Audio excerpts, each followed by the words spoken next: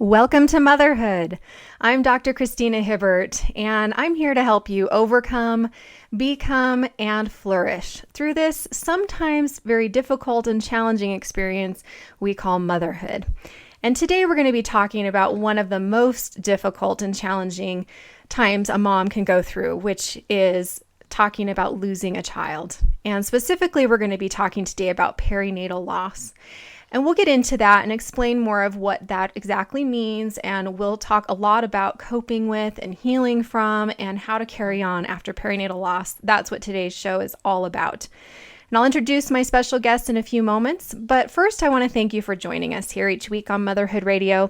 It is such a pleasure for me to get to do this show with you, to get to experience all of these great learning experiences that we get to and each week with all the fabulous guests we have. And as I like to say, to grow through motherhood with you instead of just going through it, because it's a whole lot more fun to grow through it and to do it together as we do here each week on Motherhood Radio.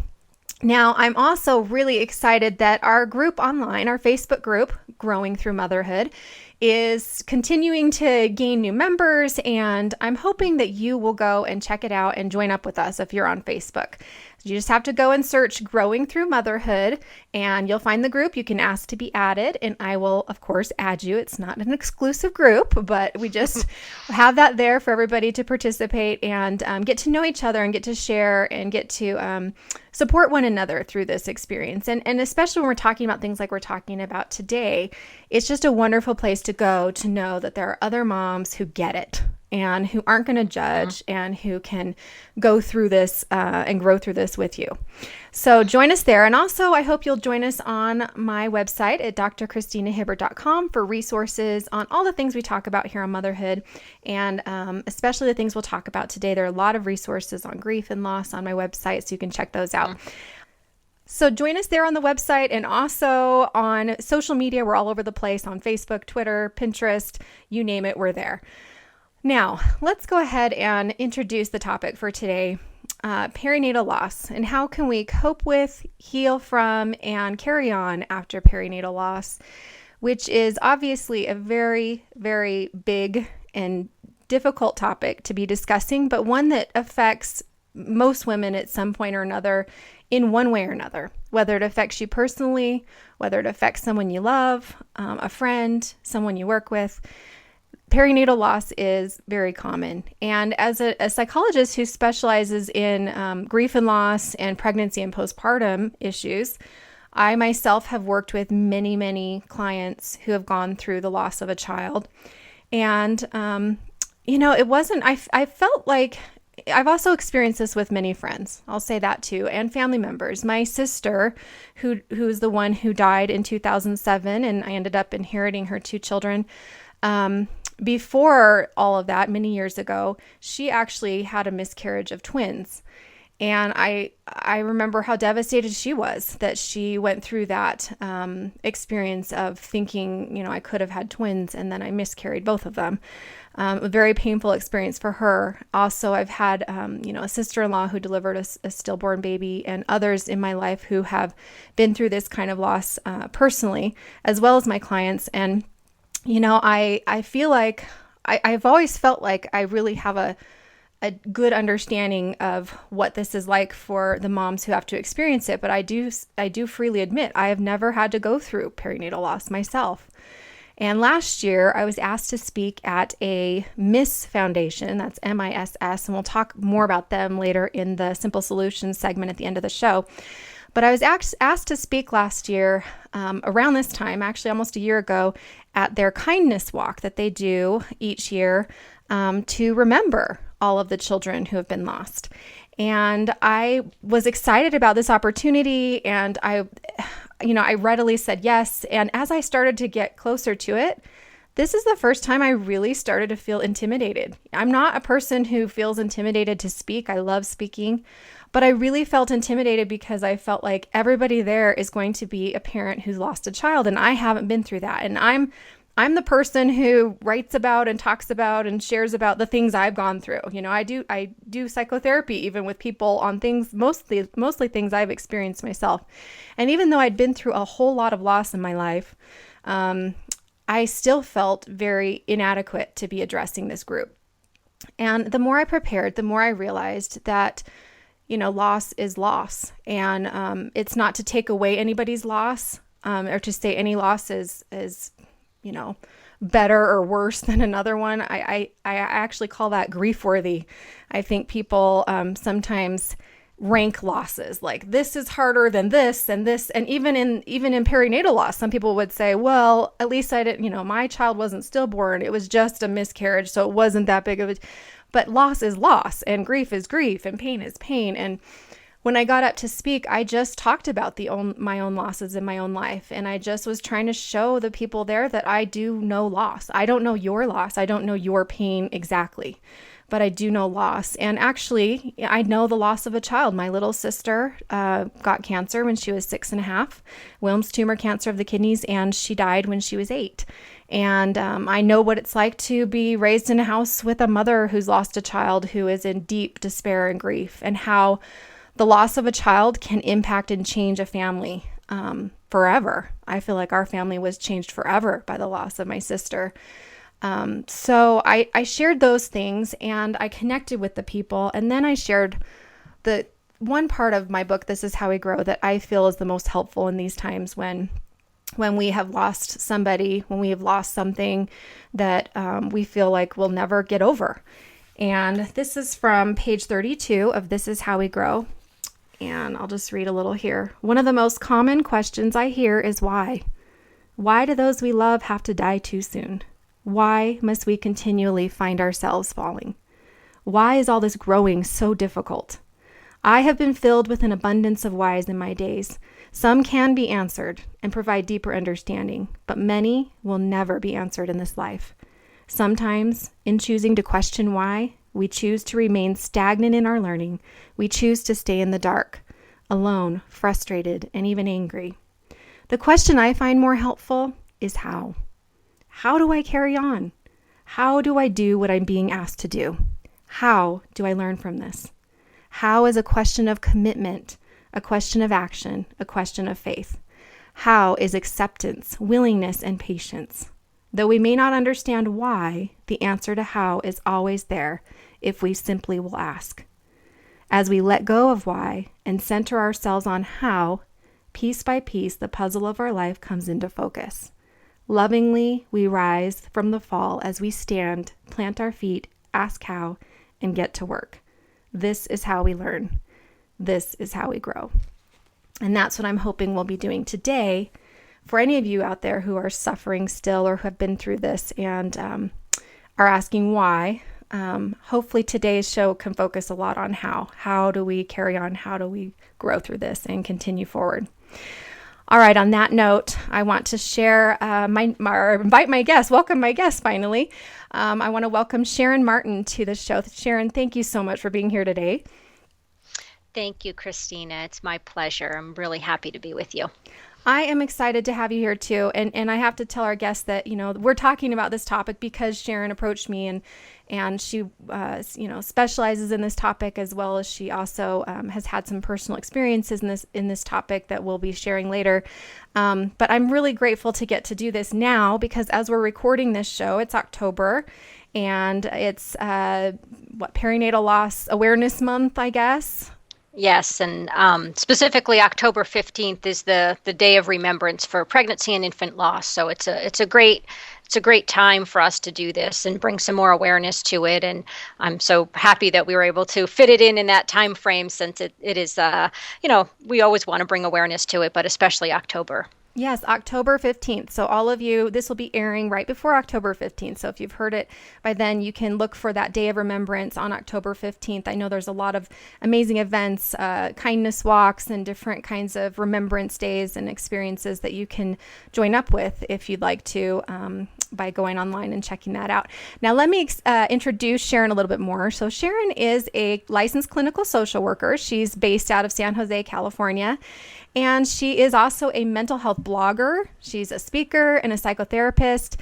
Mostly she specializes in working with helping overstressed, high-achieving perfectionists create balanced, peaceful lives. because of her own journey in overcoming perfectionism and also her own journeys in loss. These things have kind of led her into this passion that she has for the work she does. She also does help a lot of people through perinatal loss, and as I said, has been through that herself. Sharon is the mother of 3 angel babies in heaven and 3 amazing children here on earth because of the blessing of adoption. And again, she'll share a little bit more about that in a bit. I hope you will check out Sharon's website and her blog, Grow Happiness, at Sharon, Sharon, Martin with an IN, counseling.com. And also she's a blogger on Psych Central. So you can go to psychcentral.com and look for the blog Happily Imperfect, which I think is a great title. So you can go check that out as well. We might have to have you come back and talk about perfectionism with me too. That's another one that we haven't gotten to yet, but we need to talk about here. That would be fantastic. And I think, there's a little bit of an interesting overlap here on some of the things that we'll talk about too, I think. I understand that. I'm with you. So let's just jump right in, Sharon. First of all, let's help the listeners understand what exactly we mean when we use this term perinatal loss. I think most people wouldn't call it that personally. So what are we talking about when we talk about perinatal loss? Sure. And people actually do use a lot of different terms for this as well. You'll see neonatal loss, or you'll see pregnancy loss or infant loss. And it's all one, little pieces of the same puzzle, right? As you were saying, it's all loss, in different forms.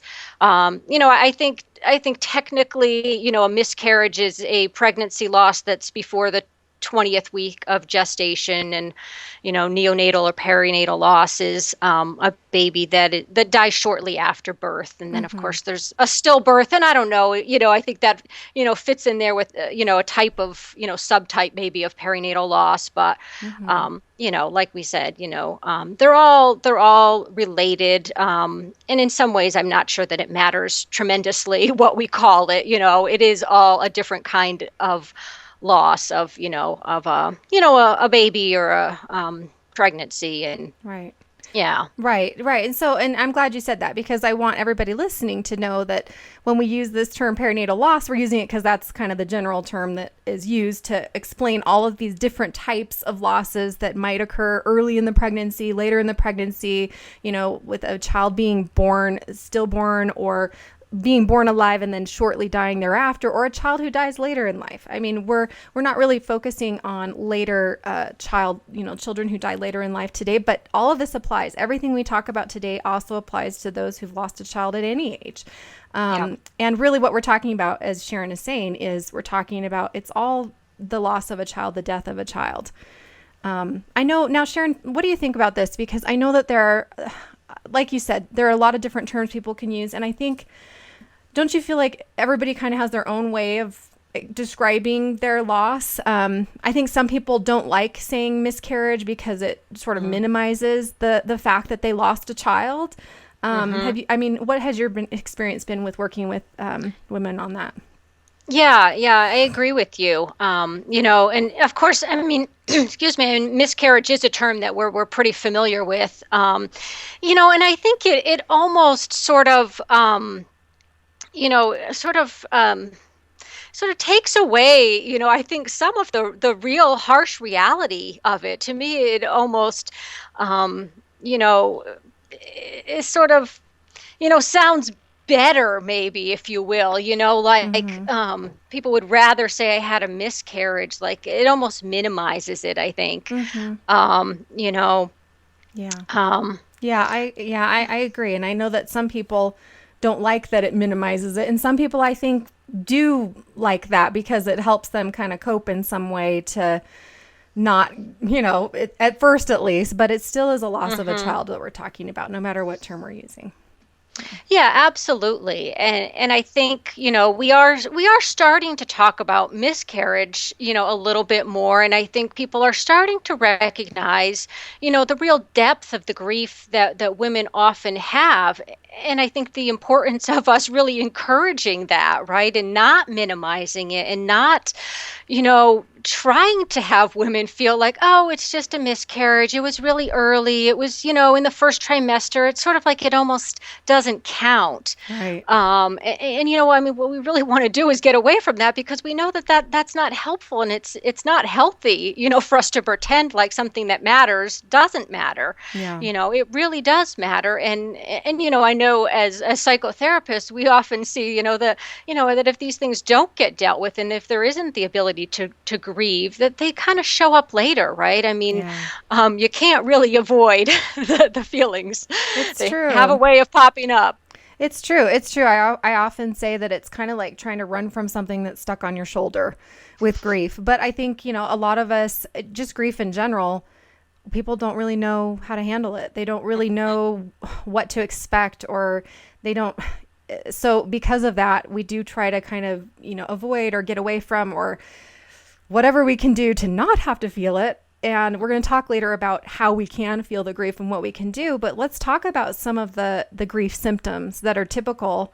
Well, there's some typical grief symptoms that kind of everybody would experience in any kind of grief. And then there's some unique symptoms that might show up with those experiencing perinatal loss specifically. Sure. And there is definitely a wide range of sort of normal, if you will, on, grief symptoms. And I know that, we often talk about the fact that, you may feel some of these different things at different points in that grief journey, or you may feel them all at once, all within the span of one day. It can really vary. But you may, you definitely may find yourself to just be more emotional, than you have been in before. I want to just interject there that there's I've done a lot of research on grief, and one book said, there are like over 100 different symptoms that have been classified as classic grief symptoms. And so what you're saying is a really important point, that grief is going to feel and look differently for each of us. And that's just grief. That's how it is. And it's okay to experience it the way that you experience it. Mm-hmm. So, okay, continue. Yeah. For, some people that might be, sort of what we sort of think of the more classic, kind of stereotypical symptoms of sadness and crying and, withdrawal and, lack of motivation, lack of energy, or, wanting to stay in bed. Sort of the classic sort of looks a bit like, sort of that idea of depression as well, which, but for other people, there's also, a lot of irritability. There's definitely anger that will come and go. That's very normal. Yes. And for other people, there's going to be this, either tendency, I think, in their personality, or, a real desire to try to numb themselves out, to not have feelings. Whether, again, that's a piece of, really trying to minimize it, or just not knowing how to, let some of those more difficult feelings, come to the surface. A lot of times people will be having trouble, sleeping, insomnia. They'll be having trouble eating, either eating too much or not feeling like eating at all. Very common. Right. And you made a good point earlier that a lot of these things do sound similar to, and grief can certainly evolve into depression. Part of the phases of grief are, one of the phases of grief, 5 stages is depression. So that can be part of it, but it is considered different. I mean, you and I know this, that's considered different than actual major depression. According to how long it lasts, and sort of that it's a normal reaction to a life change, right? Versus depression, which is not a normal reaction to a life change. It's sort of more clinically significant. Yeah, absolutely. I mean, I think we would also be concerned if somebody was experiencing no symptoms, right? You're saying, the fact that you're sad and crying and feeling hopeless, confused, upset, can't go to work, it's all completely normal. I mean, it's very difficult, but you shouldn't be just carrying on as usual. That's probably equally as concerning or more concerning for us as mental health professionals. Yeah, for sure. And yet that happens. That does happen sometimes. So you're right. You got to look for both. Oh, absolutely. I'm sure there are women who, get up the day following having a miscarriage and get up and go to work and, do that, sort of put on the happy face and pretend they're okay. Right. And I think another part of this that we should mention here too is that sometimes you don't feel okay, but your partner doesn't experience it the same way maybe as you do as the mom that has lost this baby. And so Yeah. you feel like you have to be okay for them or for somebody else or for your other children or something like that. Yes, there are definitely some aspects that are, sort of specific to us as women, I think, because we are the ones who were pregnant, who, had the baby. And, and obviously there's, biological things going on with us, whether it's our hormone or our physical recovery that's going to impact our grief and our healing as well. But I think any time that we have, a couple who has gone through a traumatic, difficult experience that's affecting them both, it makes it that much harder for them to provide, the emotional support to each other because they're both, grieving and going through that pain also. But, your partner may not, understand some of the things that, are specific to you as the woman here. Because physically, they haven't had, that physical experience that you have had, and they can't relate, they can't relate to a lot of the things that happen to us physically as women, but, certainly, they have no, point of reference, for, some of the things that we're talking about when it comes to childbirth or having a miscarriage or, having, strange things happening, with your body. Yeah. And you make a really good point here because grief in general with couples, you tend to experience it differently. And it can be very frustrating because one wants to move on and sort of not talk about it. And one wants to cry and really, go through it. And that's just for any kind of grief. But when we're talking about this kind of perinatal loss, it can be even more challenging because you have that plus you have, the fact that maybe you as a mother felt more connected to this child and maybe he didn't feel connected yet. So it's not, maybe doesn't feel like as significant as a loss to him as it might to you. Now, a couple of other things that I know that you mentioned that are significant and specific mostly to women going through perinatal loss when it comes to grief are these other losses that accompany the actual loss of the child. So can we talk a little bit about those, like the loss of future dreams and hopes and, why don't you tell us about that? Yeah, I think one of the things that's really tough about, any kind of pregnancy or infant loss is, it's very real for you and your partner, but it's often not, doesn't really feel like a real loss to some of the people, even, friends or family, they have not experienced this child in the same way that you have. And because we're talking about, a baby who really has not, lived outside of you, for any, significant amount of time. And it's likely that maybe nobody else has even gotten to see this, this baby. It's not, it may or may not have been a baby that actually, came home, but, so for those kind of situations, I think a lot of times, your usual support system isn't as supportive because to them, it's almost like it wasn't this real baby, for you, you've, both carried this child within you, but also, I think even more so, it's been in your heart, all of this time. And so for you, it is so real, but it's hard. I think you don't necessarily get the same level of support that you do, when it is a child that other people have memories of or have had interactions and experiences with. It's sort of this, it's almost, this idea of this child, all of your hopes and your dreams. It's the, the future that you were anticipating, but hasn't actually, come to reality, for the rest of the world, I think. Right. And right, of course it's... I'm sorry, go ahead. Yeah, go ahead.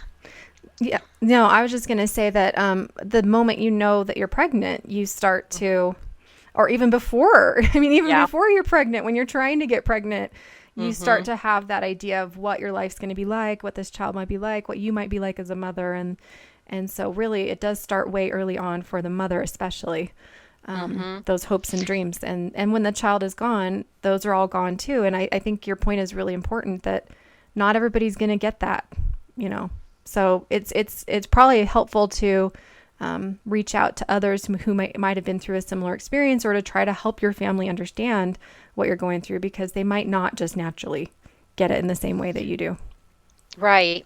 And I think, when women have a miscarriage, earlier in the pregnancy, sometimes they have not even told anybody that they're pregnant. And so, I mean, there you can Yeah. see, I mean, this is very much, compounds that issue is, it's hard for other people to grieve a loss of something that they didn't even know existed, right? I mean, but like you said, for you, I mean, you've known, for weeks or months, and it was very much a part of, who you are and, the plans that you were making for your life, Absolutely. and for your future. And tell us about the guilt that accompanies perinatal loss.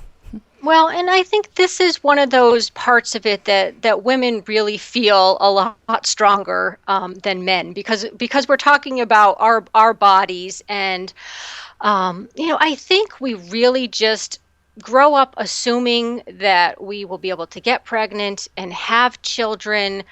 We don't give a whole lot of thought to that being that difficult or that complicated. And of course, it's fabulous, to hear women talking about pregnancy in a positive light and having it be a wonderful experience.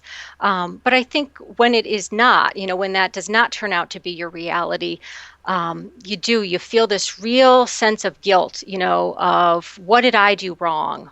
Why was I not able to, have this child, and I definitely remember thinking, like the getting pregnant and the pregnancy was not supposed to be the hard part of parenting. That was sort of the given, like, okay, the kid will get here and then the hard part begins, right? Then the real, mothering, the parenting, that's the tough part. And so, to feel like I couldn't even do this, I couldn't even get pregnant. I couldn't even have this baby come safely into the world. There's, unfortunately, so many women just sort of take that on as if it's, this personal failure and this, something that they have done that must have caused it. And I think that goes back to what you were talking about in the introduction of, wanting there to be a why. And, and you are so right about that, is that there is rarely a why. I mean, you may get a partial, explanation on something on a medical part of it, but for the most part, there are not answers to those questions.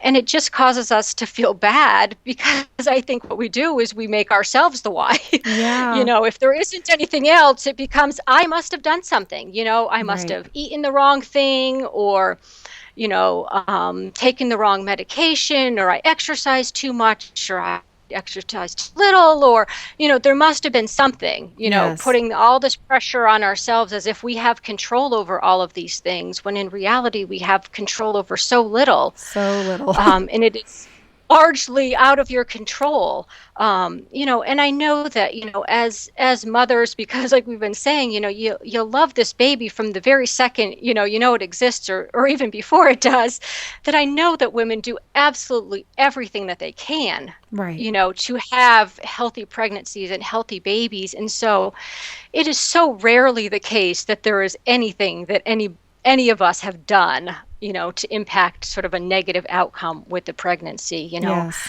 that is such an important point that I hope all the listeners out there are hearing right now, especially if you have been feeling some of these feelings of guilt that are so common with any kind of, I think that goes, anytime you lose a child, period, or often, especially in this kind of situation, because like you say, it's your body where the child is supposed to be flourishing and growing. And if something goes wrong, it's easy to point the finger at yourself, but it does us no good to sit and point the finger and blame ourselves when there's no evidence showing that we've done anything. And that's usually the case. Usually it's not the case that anything is, that we've done anything wrong. And we know that, what 15% of couples struggle with infertility nowadays. It really is a common problem, and it can be such a burden, like you're talking about, to have to go through that over and over and over. And then to heap guilt on ourselves on top of it just makes it so much harder. And you kind of started talking a little bit, Sharon, about some of your personal experience. So why don't you just tell briefly, I'm obviously you've lost 3 babies, I believe. So just tell us briefly what happened, and then maybe I could have you share a little bit about what you felt. I'll kind of ask a few questions after you tell us a little bit. Sure. That's right, because I don't think I've actually shared too many of the details with you either. No. But this is, October is actually, the anniversary of 15 years ago of when I experienced my loss as Wow. well. And I had this a unique experience. I had a set of triplets. They were all girls. Wow. And I had this unique experience of them not being born on the same day. Yeah, it's pretty Wow. interesting and horrible all at the same time. Wow. But to kind of make a long story short, my husband and I had experienced infertility. And so, we'd gone through, all kinds of medical interventions for, a couple of years prior to us having this set of little girls. It was an IVF pregnancy. Mm-hmm. And I started having some complications right around 20 weeks. And I was sort of in and out of the hospital with some preterm labor and what they call, it began as sort of some funneling of the cervix, which, not to get too technical, but, it was sort of, the pregnancy was putting a lot of weight on my cervix and it was starting to open at the top. And so, anyway, ended up in the hospital on some horrible medication to try to stop the labor. And they sort of take you in your hospital bed and tip you slightly on your head, so to try to keep gravity from working there. And so I was on total bed rest in the hospital for a couple of weeks, and I'd already been on bed rest at home for a while. And it got to the point where they just could not stop the labor. And so it was October 2nd was the day that I gave birth to our first little girl. And they were just so premature that it really did not make sense to do any medical intervention for them. So her name was Claire, and she lived, probably about a half an hour.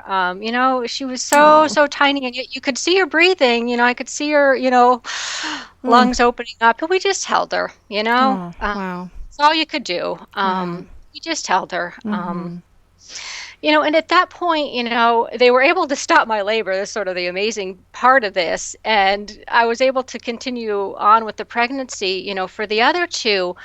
And I remember just being like, there was sort of like, I knew it was bad, and yet I still had hope, which sort of baffles me at this point. Right. Well, of course. I know what the outcome is, but it seemed unfathomable to me that they could all die, it's bad enough when the first one. So anyway, I continued on for another week and a half. Oh my goodness. Wow. Another week and a half. And then I ended up getting an infection, a really serious infection. Because I think ultimately because I had given birth to the first baby. And so infections started to come in, and I ended up having to deliver the other two. And it was a very similar situation, except that at this point I had been on so much medication that honestly my memory is a little bit foggier on the second two. But very similar situation, as I said. I mean, they were 23 weeks. So it was really at that point, and like I said, it was 15 years ago. They just weren't saving babies at that gestational age. Too little. Yeah, and I know now they have saved babies at that age. Amazingly, which sort of, I remember the first time I, heard a 23-weeker that survived, sort of broke my heart, like, but there was not anything that they can do. But one of the things I will say is that we had fantastic nurses at the hospital, and social workers, but I would say especially the nurses. These women were just amazing. They took such good care of me, and they were just so sensitive. And I definitely, after all these years, I really remember a few of them who were just so kind and attentive, and they really did a fantastic job. They took the little footprints and the handprints of the babies, and there was a company that came and took professional pictures of them. And so those are the few little things that I have left. There, like I was saying, I mean, there's very little sort of evidence, if you will, that these little girls even existed. Sorry, I'm Right. starting to Well, get a little no, emotional of there, course but you are. I'm getting emotional too. I mean, it's yeah, just so, but I'm just so grateful for you sharing your personal story because obviously you're a professional and you help people and you're a psychotherapist and you do all this, but it just shows, this is what it's really like. This is the reality. This is why we're talking about this today. Because it is three little girls that died like that. I mean, boom, boom, boom. I can't imagine the yeah, loss like that compiled. right.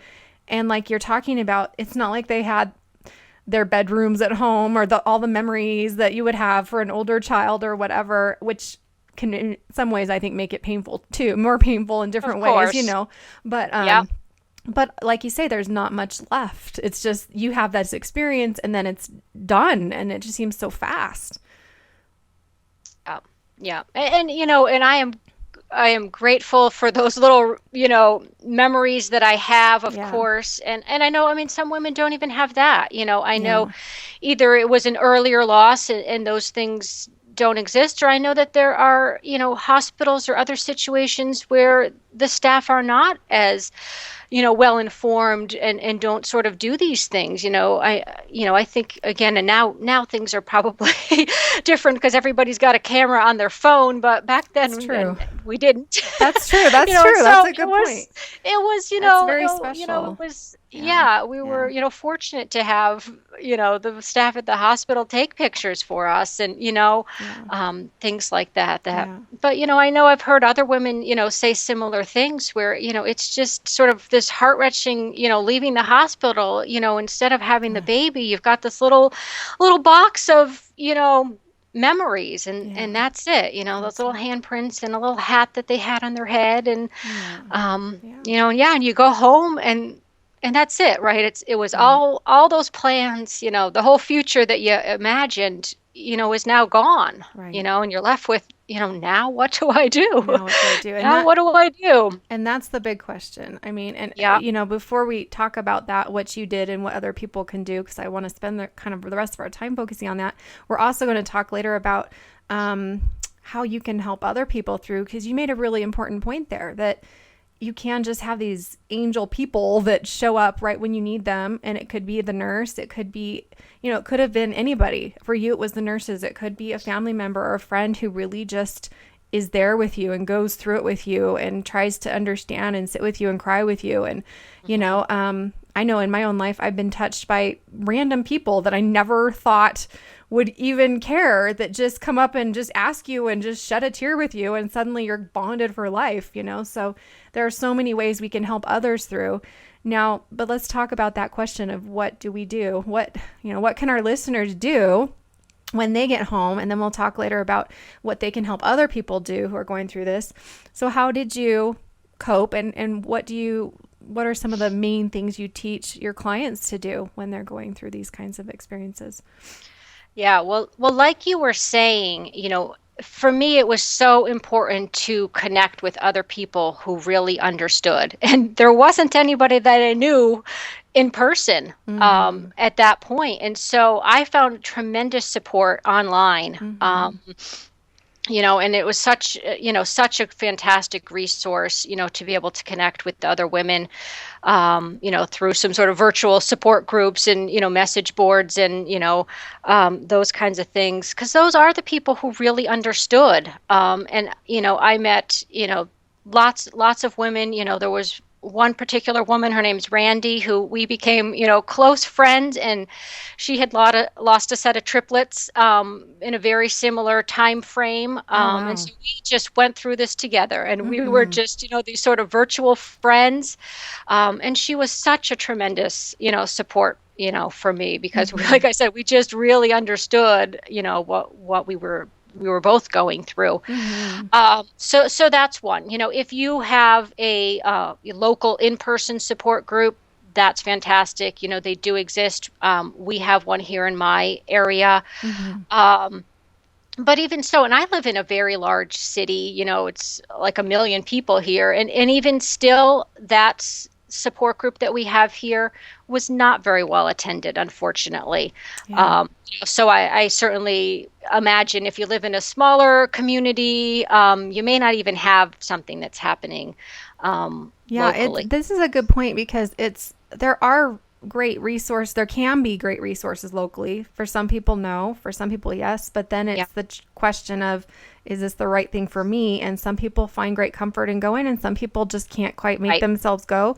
I had a client many years ago who delivered a stillborn little boy, and she went on to become a photographer, and she started an organization here in my fairly small town that does exactly what you're talking about, that goes to all of the parents who've lost a baby, takes pictures, and helps them create the memory box. And she also started some support groups and resources, and they speak, and they're starting like a memorial park, and it all came from this one experience. I find that that's often what it is. It's started by women who've gone through this, and then they get to the other side and sort of go, I want to give back now. And they might be the ones that are setting up these resources in your area too. You got to kind of look around and see what's available for you, and then decide if it's right for you or not. But those can be some really helpful experiences to see in person, that, hey, not only that these other people have gone through what I've gone through, but look, this person is actually doing well. Like, how on earth can they live a normal life again? And it kind of can give you hope too, to see other people at different stages. Absolutely. Absolutely. And that's what I really, wanted to be able to share with you and all of your listeners, is that, as you can see, I mean, I still have a lot of, feelings, sadness. I don't feel sad all of the time, all day long, like I did in the beginning. And it was through, having some support, having through some connection, and the other thing that I think is really common for a lot of people, no matter what kind of loss they're talking about, is doing things that they feel like are in remembrance of, or in honor of, the person that they've lost. And sort of like you were saying, sometimes this leads to, organized events, or fundraising for a cause, or walks, or different kinds of things. But for me, I didn't do anything on that kind of scale. It was really just, I needed to have sort of create for myself almost this proof, like I was saying. So I made a scrapbook of the things that I had. That's great, it was important for me. And it was also sort of this creative process. Of being able to, go through that and put things together. And it felt sort of like this mothering kind of thing that you do for your babies, is, getting the little pink, this or that, stickers and so forth to put in there, and sort of create something that felt loving and created this remembrance as well. I'm sorry. It was glitching for a second. I'm just going to break in there, but, that's a great suggestion. I just want to make sure everybody got that. Using your creativity is a very helpful way to heal through grief, in whatever your creativity may be. And remembering is really important. And I think that the message that we tend to get from society sometimes is, don't talk about it. And that tells us that we shouldn't remember it. But remembering what we've lost, the child that we've lost, the experience we've been through, is very healing for most people, and it's healthy to remember. And I remember when my little sister died, she had one friend who every year on her birthday, for years until she graduated high school, would show up at our house with flowers for my mom. And my mom that meant so much to her, that little girl remembered, and that her family remembered every year. And whenever my mom always says, I like people to share memories and talk about it. And this, like you say, this can be challenging because other people might not have memories to share with you, but you can remember in your own way, whether you have memories to share with other people or not. And it can be very, very healing. That was the one thing that I wanted to kind of share about that experience about the Miss Foundation. When I was speaking, after I spoke, it was just such a powerful experience because I felt like all of my worry about feeling inadequate was completely misconstrued, that everybody had compassion for me and what I had been through, and I had compassion for them, and they would come share their stories. And the most beautiful part was that my daughter was with me. She was 10 at the time, and this was only a few months after her best friend's mother had taken her own life. And so we had just been through another terrible tragedy. And just for her to hear these people's stories and for her to see them talk about it, and it gave her permission to talk about her friend's mother who had died, and to talk about her aunt and uncle who had died, and things that she'd been through. And, for children especially, it can be very healing to, like you say, use creativity or remember in whatever way, create a memory book. And you can do that as a family together, as well as just doing it on your own. Yeah, absolutely. And I like to write a lot. So, writing is a great outlet for me, and, for other people, poetry. I didn't write too much poetry, but I loved collecting it. I loved finding, poetry online. I mean, it just sort of spoke to me, and it was sort of this connection with other people who I felt like really understood. Yes, that's a beautiful idea. I love that. And I want to suggest too, so what we're talking about here is ways that you can process your grief, really. And I think, you mentioned earlier, Sharon, and it's a really important point, that a lot of times we don't want to feel the grief. But it's called grief work for a reason. It is work, and it's painful and it's hard, but it also, that's sort of the way you get to the healing, right? You have to do the work to get to the healing. And I just want to briefly mention this model that I kind of developed a few years ago, TEARS, TEARS, to give you some ideas. You're sharing all these examples of it, so I might as well just say it. So it's the T is for talking, so talk about it. Talk and talk and talk, especially with perinatal loss. Talk like you're saying, Sharon. Find people who get it and talk with them as much as you need to. E is for exercise and physical activity. I mean, move your body, get out there and walk and remember and cry and whatever you need to do.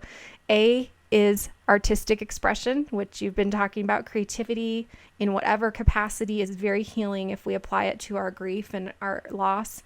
R is recording and writing down experiences, which you were just saying. And then the S is sobbing. Don't ever let yourself feel like you have to stop crying. Just sob as much as you need to. Yes. Let yourself cry. I could not agree with you more. I mean, there'll be times when you just literally can't stop crying, and that's normal.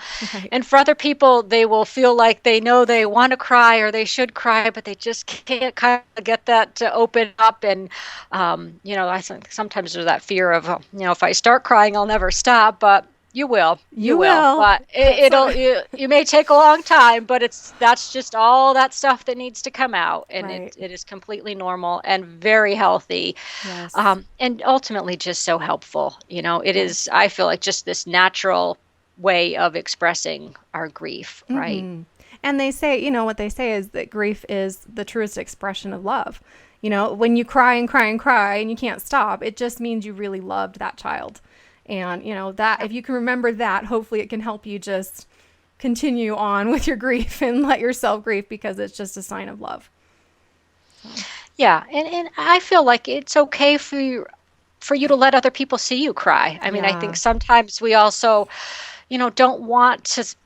Nobody wants to start crying in the grocery store or at work. I know it's not always sort of appropriate to do that, but it is normal. And again, I mean, it's sort of a way of, letting the world know that, I mean, you're going through something. And, I think like you were saying, I mean, who knows? I mean, you may encounter fantastic compassion from people that you did not know, expect that from, or from a complete stranger who, gives you a hug or something that, maybe you just need that at that moment. And it's okay, to just be normal and yes, and normal is letting it out. Right. Exactly. That's such a good point. And you're kind of transitioning us well into talking about how we can help other people and how other people can help us when we're going through these really painful losses, especially this loss of a child like we're talking about. I wrote an article a while ago, and I'm going to go ahead and put a link to it in the description for this, on the do's and don'ts of helping others through grief, because there are a lot of don'ts, I think, that people don't understand when it comes to grief. What would you say are a couple of the don'ts for people trying to reach out to somebody who's lost a child? I would say the biggest thing that I have heard myself and heard other people say that's particular to any kind of perinatal loss is, please do not tell somebody that they can have another child and that will sort of make it all better. Like Yes. that's the healing solution. I know people mean well, and I really do believe that in almost everything people say to somebody who's grieving is the intentions are good. Yes. But it really, again, it minimizes the loss of this child. I will tell you, we don't want another child. We wanted this child. Right. Absolutely. And you cannot replace, you may heal and get to the point where you do feel like you want to have more children. But that is absolutely, it is a completely separate, issue than how is that going to help me feel better, right? That is not going to heal this grief. Right. So that's one thing. That's a good one. That's a biggie. Yeah.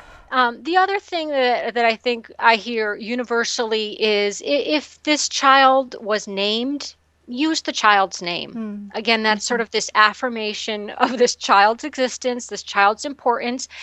And I think that goes in other, kinds of losses too, is that it just, it's so heartwarming, for somebody to actually say your child's name, which again, in these situations, they're so rare, it wasn't, there weren't situations where people were calling this child by name very often.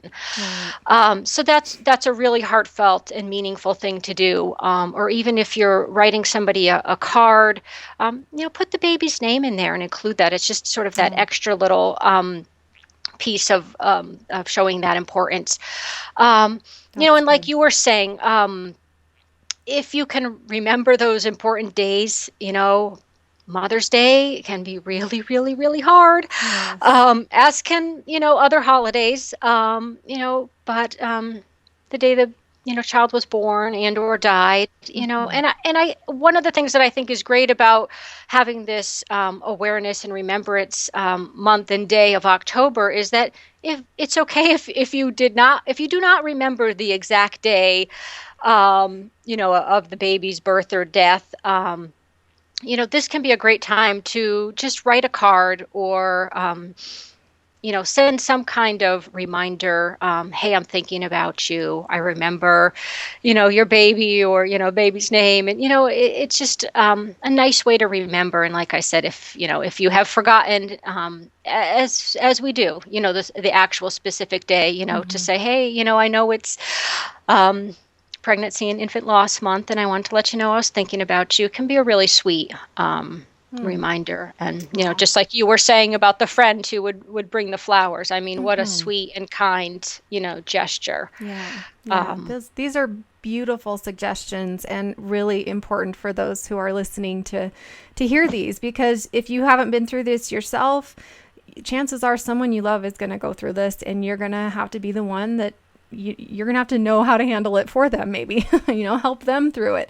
And your point is so important that, I wanted to kind of tag on to what you said, Sharon, that, when it comes to grief and loss, you don't really have to ever say anything. Sometimes it's just being there. I think we feel like we have to say, oh, I'm so sorry, or I'm this or that, or like you say, you end up saying something like, well, at least you can have another child, or it was God's will, or these kind of things that are well meant, as you said, but really don't help as much. And if you don't know what to say, then you don't have to say anything. Go and just be there with them and hug them and say, tell me everything. Let them talk to you. That sometimes is one of the best things we can do for others. And, don't, along with the do's, I wanted to just add, really what we're trying to do is just be there. Be there. Let them tell you their story. Check in on them. See how they're doing. Hold your tongue. I love your suggestion to use their name. My sister-in-law always uses the name Christopher of her son who died, who was stillborn.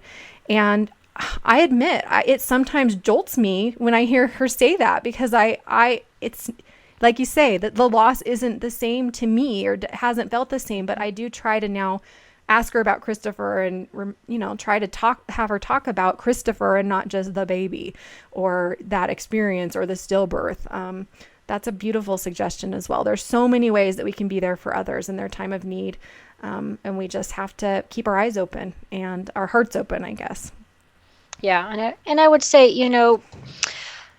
understand that it is a process, and, give people the time that they need. I think a lot of times when you're on the outside of grief, you just want your loved one to feel better, that you almost sort of want to rush them along, aren't you better yet? Aren't you over this yet? Yes. And give people, as much time as they need. And I know for me, especially early on, I did not want to talk to anybody. I was not going to return your phone call, but just like you're saying, just letting people know that you're there for them when they're ready. Mm-hmm. It may not be right away, but, and I think oftentimes, again, I think this is pretty universal with grief, is that, people tend to get a lot of support immediately, in the first couple of weeks, maybe first month, and then it tends to die out. Yes.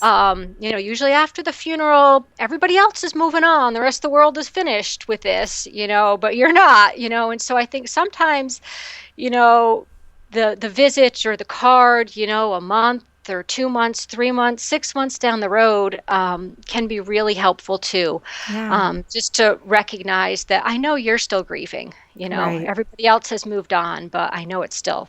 And I want to tag on to that too, that you don't get over it, you don't get over. I mean, we can tell listening to you 15 years later, you don't get over it. My sister died 20 some odd years ago and we still miss her, So it's not, grief isn't about, and loss isn't about getting over it. It's about, you get through the intense part of the grief and then you carry on, you adapt your life to the new way things are now and you carry on, but that doesn't mean that you just ever stop thinking of them or loving them or even sometimes grieving them. It kind of comes and goes more as time goes on.